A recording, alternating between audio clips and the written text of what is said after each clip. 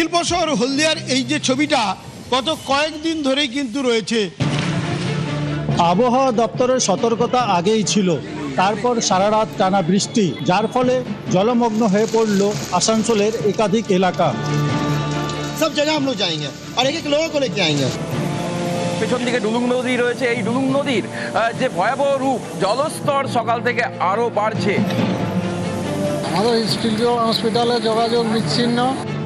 জল যন্ত্রণার থেকে মুক্তি চাইছেন হলদিয়ার মানুষজন, চাইছেন নিকাশি ব্যবস্থার উন্নতি। যাদের বাড়ির মধ্যে এক ছাতি জল, তারা কেউ নেই, এখানে বাড়িতে নেই, সব গিয়ে ত্রাণ শিবিরে গিয়ে আছে।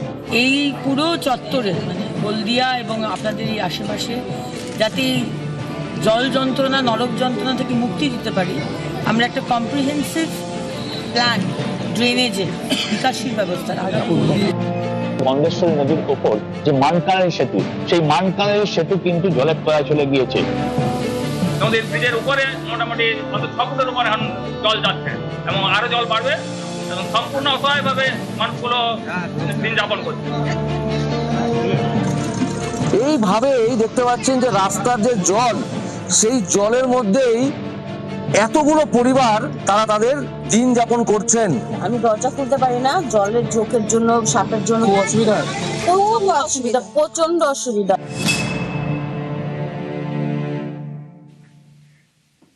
জলে নেমে প্লাবন পরিস্থিতির খোঁজ। নিম্নচাপের বৃষ্টিতে জলমগ্ন পূর্ব মেদিনীপুরের পটাশপুরের জলমগ্ন এলাকা পরিদর্শনে পুরমন্ত্রী। স্পিড বোটে এলাকা পরিদর্শন করেন অগ্নিমিত্রা পাল। প্লাবন পরিস্থিতি নিয়ে আমগাছিয়ায় সেচ দপ্তরের অফিসারদের সঙ্গে বৈঠকও করেন পুরমন্ত্রী। পাশাপাশি জলমগ্ন এলাকায় বাড়তি নজরের নির্দেশ প্রশাসনের।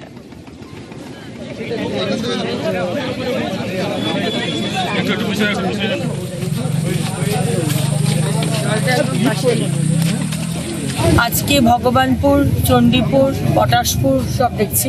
পুরো প্রশাসন মাননীয় মুখ্যমন্ত্রীর টিম হিসেবে আজকে রাস্তায় নেমে গেছে। পাশেই একটা ক্যানালের পরই হচ্ছে ওই নদীটা, প্রায় সময় এখানে জল ঢুকে যায়, কিন্তু এখানে আমরা এবারে প্রস্তুত। পুরো বালি দিয়ে আপনারা নিজেরাও দেখলেন পুরো এম্বাঙ্কমেন্ট তৈরি করা হয়েছে। এত সহজে আমরা হারবো না, আমি এখন থেকেই বলে দিচ্ছি। যদি সেটা ইলিগাল হয়, যারা ইটভাটা করেছেন আপনারা সরিয়ে নিন, তা না হলে আমাকে বুলডোজার নিয়ে গিয়ে সরাতে হবে। মুখ্যমন্ত্রী বলে দিয়েছেন 2 কোটি মুখ্যমন্ত্রী ডিজাস্টার ম্যানেজমেন্ট থেকে কালকে ইমিডিয়েটলি দিয়ে দিয়েছেন। আমরা রিপোর্ট পাঠাচ্ছি মাননীয় মুখ্যমন্ত্রীকে। পুরো চত্বরের মানে হলদিয়া এবং আপনাদের এই আশেপাশে যাতে জল যন্ত্রণা, নরক যন্ত্রণা থেকে মুক্তি দিতে পারি, আমরা একটা কম্প্রিহেন্সিভ প্ল্যান, ড্রেনেজের নিকাশির ব্যবস্থা আমরা করব। আমি এই মুহূর্তে রয়েছি পূর্ব মেদিনীপুর জেলার পটাশপুর থানার যে বাগুই খাল, সেই বাগুই খালের যে এলাকাগুলি প্লাবিত হয়েছে। সকাল থেকে কিন্তু এসছেন মন্ত্রী অগ্নিমিত্রা পাল। তিনি কিন্তু যে সমস্ত পটাশপুর 1 নম্বর ব্লকের বিস্তীর্ণ এলাকাগুলি প্লাবিত হয়েছে, সেই সমস্ত প্লাবিত এলাকাগুলি কিন্তু তিনি পরিদর্শন করলেন, যেখানে দেখা গেল স্পিড বোটে করে একেবারে তারা প্লাবিত যে সমস্ত এলাকা পরিদর্শন করছে। আমি ক্যামেরা পার্সনকে দেখাতে বলবো, একেবারে স্পিড বোট করে দেখানো যাচ্ছে, যেখানে এলাকাগুলি পটাশপুর 1 নম্বর ব্লকের হরিগেড়িয়া এবং অমরপুর, শুকেশ্বর, সে সমস্ত এলাকাগুলি কিন্তু পরিদর্শন করলেন এবং যারা রেস্কিউ সেন্টারে রয়েছে তাদেরকে খাদ্য সামগ্রী তুলে দেওয়া হলো এবং তাদের কাছে পাশে থাকার আশ্বাস দিলেন। সরকার সবকিছু দিক দিয়ে তাদের লক্ষ্য নজর বা রাখবেন বলে এমনটাই কিন্তু আশ্বাস দিলেন। পটাশপুর এলাকায় এখনো কিন্তু যেখানে উদ্বিগ্ন হয়ে রয়ে আছে তারা, যেখানে কালো মেঘ এখনো কিন্তু আকাশের মুখভার হয়ে রয়েছে।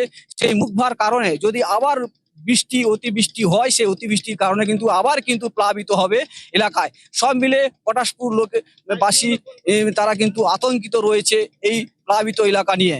পূর্ব মেদিনীপুর পটাশপুর থেকে পঙ্কজ দাসরথী, নিউজ।